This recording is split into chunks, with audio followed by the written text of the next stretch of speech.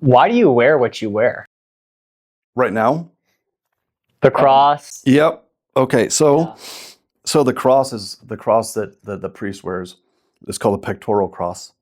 If you some of the fatter priests say that they need to get fat so that the cross can rest on Golgotha. I don't have a Golgotha right now. Sometimes I do. But the point is that you're by wearing the cross. If you look all the way back into the earliest church, Tertullian, he names a bunch of activities, and the point isn't to memorize the passage, it's to bring about across the point. So, Tertullian says when Christians wake up, they cross themselves. When Christians get out of bed, they cross themselves. When Christians take walks, they cross themselves. And he goes on, just lists all of these things.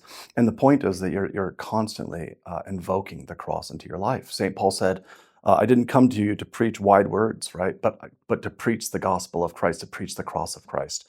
So the cross is a central point of our life, and it represents that Christ, through the cross, has victory over death.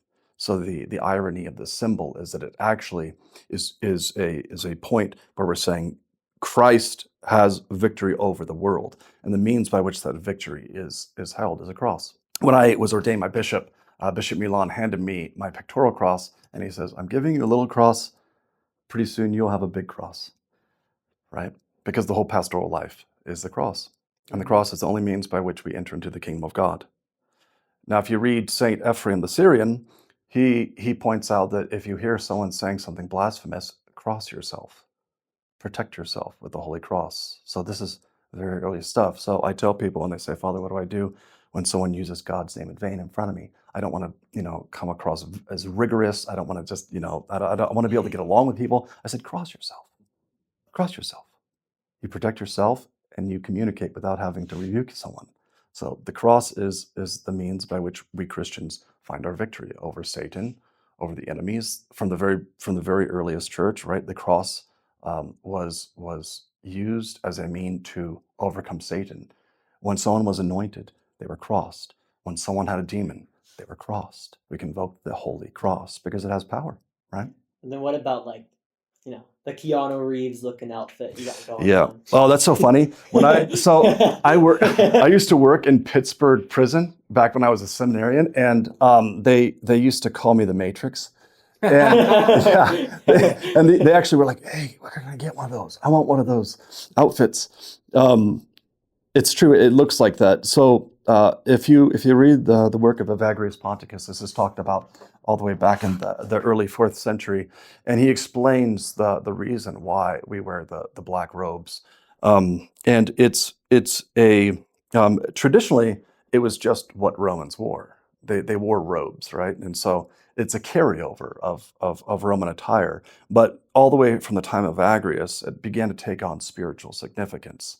So if I was wearing my larger one, which is called an external riasa, or outer riasa, it would also cover the hands. And so Saint Evagrius says, well, the reason why they cover the hands is because a priest shouldn't strike somebody, okay? Because your hands are no longer used for combat. You wear the cassock to show others that you've given over your life to Christ, right? You're no longer about yourself. You're no longer trying to dress high up and impress. You've simplified. You've given your life completely over to the Lord.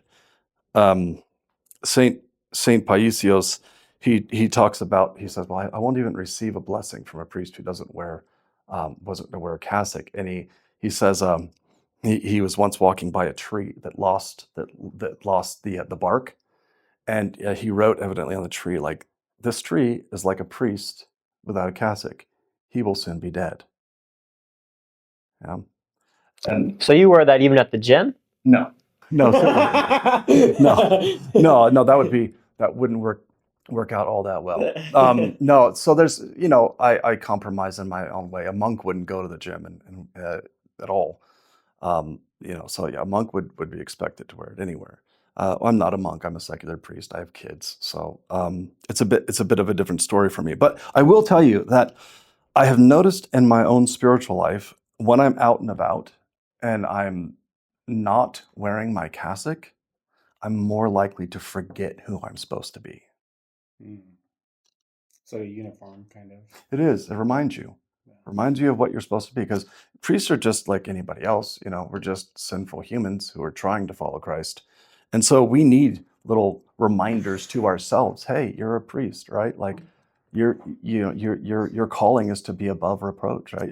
You think if I'm wearing this priest and someone cuts me off, that I'm gonna flip them off, right? No. I know. But maybe if I was by myself with that one, I'd be tempted. Like, oh, well, no one will know. No one Yeah. will know.